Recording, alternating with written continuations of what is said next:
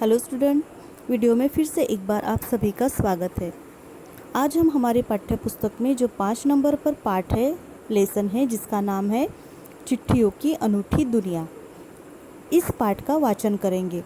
अब आपको पाठ का जो लेसन का जो टाइटल है चिट्ठियों की अनूठी दुनिया, इसका मतलब आपको थोड़ी सी आइडिया आई होंगी कि इस पाठ में किसके बारे में बताया गया है। तो इस पाठ में चिट्ठियों के बारे में बताया गया है, जो पत्र है उनके बारे में लिखा गया है। आपको यहाँ पे कुछ पाठ के जो पहला पेज है उस पर पिक्चर दिख रहा है, उसमें आपको एक डाकिया दिख रहा है और डाकिये के हाथ में एक पत्र है, एक चिट्ठी है जो वो इस महिला को दे रहा है। तो चिट्ठियों की अनूठी दुनिया क्या है? अभी हम चिट्ठियाँ नहीं भेजते, हम अभी पत्र का जो अब पत्र व्यवहार जो होता है वो अभी बंद हो चुका है, बहुत ही कम पाया जाता है। अभी क्या आए हैं, SMS आए हैं, मोबाइल्स आए हैं, है ना। तो ये जो दूरी है, ये दूरी अभी कम हो गई है। तो लेकिन पहले ऐसा नहीं था। जो पत्र व्यवहार था वो लोग पत्र एक दूसरे को भेजते थे और सभी लोगों को पत्रों का इंतज़ार भी रहता था। तो ये जो पाठ है चिट्ठियों की अनूठी दुनिया, इस पाठ का हम वाचन करेंगे। पत्रों की दुनिया भी अजीबोगरीब है और उसकी उपयोगिता हमेशा से बनी रही है। पत्र जो काम कर सकते हैं वह संचार का आधुनिकतम साधन नहीं कर सकता। पत्र जैसा संतोष फोन या SMS का संदेश कहाँ दे सकता है। पत्र एक नया सिलसिला शुरू करते हैं और राजनीति, साहित्य तथा कला के क्षेत्रों में तमाम विवाद और नई घटनाओं की जड़ भी पत्र ही होते हैं। दुनिया का तमाम साहित्य पत्रों पर केंद्रित है और मानव सभ्यता के विकास में इन पत्रों ने अनूठी भूमिका निभाई है। पत्रों का भाव सब जगह एक सा है, भले ही उसका नाम अलग अलग हो। पत्र को उर्दू में खत, संस्कृत में पत्र, कन्नड़ में कागज, तेलुगु में उत्तरम, जाबू और लेख तथा तमिल में कड़िद कहा जाता है। पत्र यादों को सहेज कर रखते हैं, इसमें किसी को कोई संदेह नहीं है। हर एक की अपनी पत्र लेखन कला है और हर एक के पत्रों का अपना दायरा। दुनिया भर में रोज़ करोड़ों पत्र एक दूसरे को तलाशते तमाम ठिकानों तक पहुंचते हैं। भारत में ही रोज़ 4.5 करोड़ चिट्ठियां डाक में डाली जाती है, जो साबित करती है कि पत्र कितनी अहमियत रखते हैं। पंडित जवाहरलाल नेहरू ने सन 1953 में सही ही कहा था, हजारों सालों तक संचार का साधन केवल हरकारे, जिसको ब्रैकेट में दिया है रनर्स, या फिर तेज़ घोड़े कर रहे हैं। उसके बाद पहिए आए, पर रेलवे और तार से भारी बदलाव आया। तार ने रेलों से भी तेज़ गति से संवाद पहुंचाने का सिलसिला शुरू किया। अब टेलीफोन, वायरलेस और आगे रेडार दुनिया बदल रहा है। पिछली शताब्दी में पत्र लेखन ने एक कला का रूप ले लिया। डाक व्यवस्था के सुधार के साथ पत्रों को सही दिशा देने के लिए विशेष प्रयास किए गए। पत्र संस्कृति विकसित करने के लिए स्कूली पाठ्यक्रमों में पत्र लेखन का विषय भी शामिल किया गया।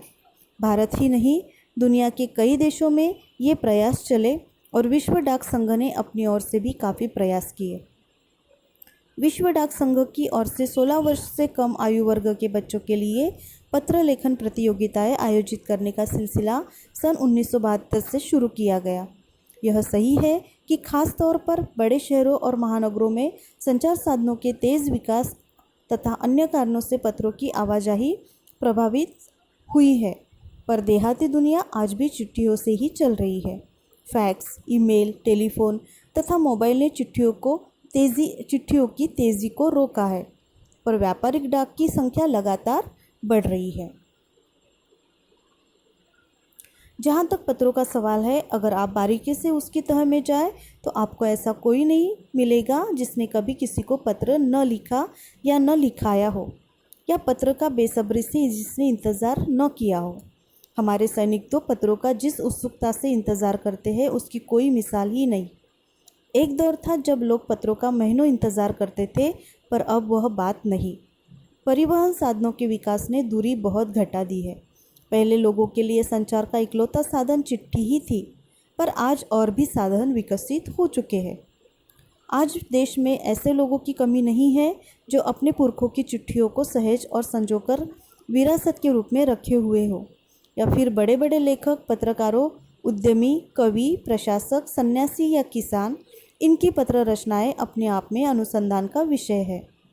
अगर आज जैसे संचार साधन होते तो पंडित नेहरू अपनी पुत्री इंदिरा गांधी को फ़ोन करते, पर तब पिता के पत्र पुत्री के नाम नहीं लिखे जाते, जो देश के करोड़ों लोगों को प्रेरणा देते हैं। पत्रों को तो आप सहज कर रख लेते हैं, पर एसएमएस संदेशों को आप जल्दी ही भूल जाते हैं। कितने संदेशों को आप सहज कर रख सकते हैं? तमाम महान हस्तियों को की तो सबसे बड़ी यादगार या धरोहर उनके द्वारा लिखे गए पत्र ही है। भारत में इस श्रेणी में राष्ट्रपिता महात्मा गांधी को सबसे आगे रखा जा सकता है। दुनिया के तमाम संग्रहालय जानी मानी हस्तियों के पत्रों का अनूठा संकलन भी है। तमाम पत्र देश, काल और समाज को जानने समझने या असली पैमाना है। भारत में आज़ादी के पहले महासंग्राम के दिनों में जो कुछ अंग्रेज़ अफसरों ने अपने परिवारजनों को पत्र में लिखे, वे आगे चलकर बहुत महत्व की पुस्तक तक बन गए। इन पत्रों ने साबित किया कि यह संग्राम कितनी ज़मीनी मजबूती के लिए हुए था। महात्मा गांधी के पास दुनिया भर के तमाम पत्र केवल महात्मा गांधी इंडिया लिखे आते थे और वे जहाँ भी रहते थे वहाँ तक पहुँच जाते थे। आज़ादी के आंदोलन की कई अन्य दिग्गज हस्तियों के साथ भी ऐसा ही था। गांधी जी के पास देश दुनिया से बड़ी संख्या में पत्र पहुँचते थे, पर पत्रों का जवाब देने के मामले में उनका कोई जोड़ नहीं था। कहा जाता है कि जैसे ही उन्हें पत्र मिलता था उसी समय वे उसका जवाब भी लिख देते थे। अपने हाथों से ही ज़्यादातर पत्रों का जवाब देते थे। जब लिखते लिखते उनका दाहिना हाथ दर्द करने लगता था तो वे बाएं हाथ से लिखने में जुट जाते थे। महात्मा गांधी ही नहीं, आंदोलन के तमाम नायकों के पत्र गांव-गांव में मिल जाते हैं। पत्र भेजने वाले उन पत्रों को किसी प्रशस्ति पत्र से कम नहीं मानते हैं और कई लोगों ने तो उन पत्रों को फ्रेम कराकर रख लिया है। यह है पत्रों का जादू। यही नहीं, पत्रों के आधार पर ही कई भाषाओं में जाने कितने किताबें लिखी जा चुकी हैं। वास्तव में पत्र किसी दस्तावेज से कम नहीं है। पंत के 200 पत्र, बच्चन के नाम और निराला के पत्र हमको लिखो की है कहा तथा पत्रों के आईने में दयानंद सरस्वती समेत कई पुस्तकें आपको मिल जाएंगी। कहा जाता है कि प्रेमचंद खास तौर पर नए लेखकों को बहुत प्रेरक जवाब देते थे तथा पत्रों के जवाब में वे बहुत मुस्तैद रहते थे। इसी प्रकार नेहरू और गांधी के लिखे गए रविंद्रनाथ टैगोर के पत्र भी बहुत प्रेरक है। महात्मा और कवि के नाम से महात्मा गांधी और रविंद्रनाथ टैगोर के बीच सन 1915 से 1941 के बीच के पत्राचार का संग्रह प्रकाशित हुआ है, जिसमें बहुत से नए तथ्यों और उनकी मनोदशा का लेखा जोखा मिलता है। पत्र व्यवहार की परंपरा भारत में बहुत पुरानी है, पर इसका असली विकास आज़ादी के बाद ही हुआ है। तमाम सरकारी विभागों की तुलना में सबसे ज़्यादा गुडविल डाक विभाग की ही है। इसकी एक खास वजह यह भी है कि यह लोगों को जोड़ने का काम करता है। घर घर तक इसकी पहुंच है। संचार के तमाम उन्नत साधनों के बाद भी चिट्ठी पत्री की हैसियत बरकरार है। शहरी इलाकों में आलीशान हवेलियाँ हो या फिर झोपड़पट्टियों में रह रहे लोग, दुर्गम जंगलों से घिरे गांव हो या फिर बर्फबारी के बीच जी रहे पहाड़ों के लोग, समुद्र तट पर रह रहे मछुआरे हो या फिर रेगिस्तान की ढानियों में रह रहे लोग, आज भी खतों का ही सबसे अधिक बेसब्री से इंतज़ार होता है। एक दो नहीं, करोड़ों लोग खतों और अन्य सेवाओं के लिए रोज़ भारतीय डाकघरों के दरवाज़ों तक पहुंचते हैं और इसकी बहुआयामी भूमिका नज़र आ रही है। दूर देहात में लाखों गरीब घरों में चूल्हे मनी ऑर्डर अर्थव्यवस्था से ही जलते हैं। गांव या गरीब बस्तियों में चिट्ठी या मनी ऑर्डर लेकर पहुंचने वाला डाकिया देवदूत के रूप में देखा जाता है। अब जो ये पाठ है चिट्ठियों की अनूठी दुनिया, इस पाठ के लेखक के नाम है अरविंद कुमार सिंह।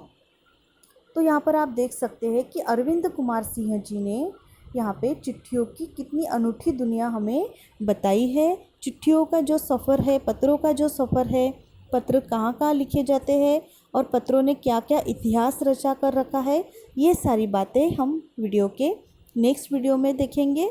वीडियो के नेक्स्ट पार्ट में देखेंगे।